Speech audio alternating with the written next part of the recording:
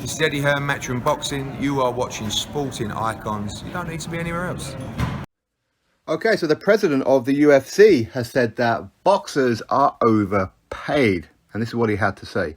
One of the big problems with boxing is that all those effing guys are overpaid. And every time they put on a fight, it's a going out of business sale. You can't build a league like that. You can't build a sport. So that is Dana White's statement to The Pivot. Now, I understand what it is that he's talking about. I'm sure a lot of you do as well.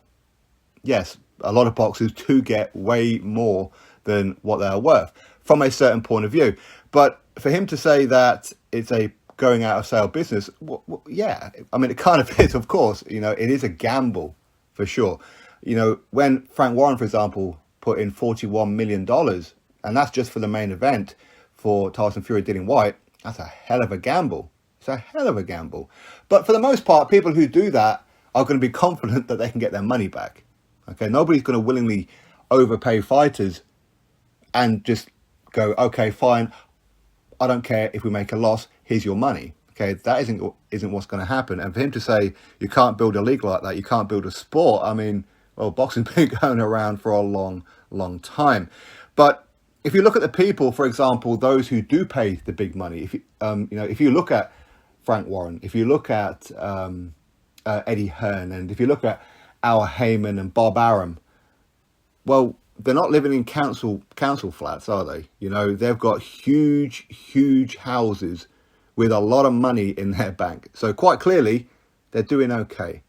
So the money isn't necessarily coming out of their own pocket, is it? But like anything, you pay people what their worth is. You do. You know, that's why in America lately, you see like a lot of pay-per-view fights. For example, Luis Ortiz versus Charles Martin and all these kind of ones that are not pay-per-view worthy. They're not. But they're put on pay-per-view as a way to say, well, the more pay-per-views you sell, the more money you'll make. It's a win-win as far as the platform and the broadcasters and the promoters, the managers, and that are all concerned. So that's why they do a lot of these pay-per-views. But ultimately, is that just him justifying the fact that he doesn't pay his guys as much as a lot of the boxers get?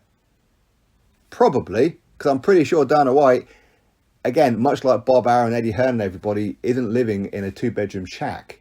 Okay, I'm sure he's got a very nice house and a very nice office, and he's got very nice cars and all that kind of stuff. Do his fighters have that? Some of them do, of course, like Conor McGregor and that. But they demand that kind of money, okay? But ultimately, is it down to the fact that he just doesn't want to pay these fighters over the odds money? Probably. Because what we're hearing is that the UFC in America is bigger than boxing. But yet, even in America, boxers get paid a lot more money than what they do in the UFC. So if the UFC is more popular and gets more viewing figures, then surely UFC fighters should get paid more than the boxers. Surely.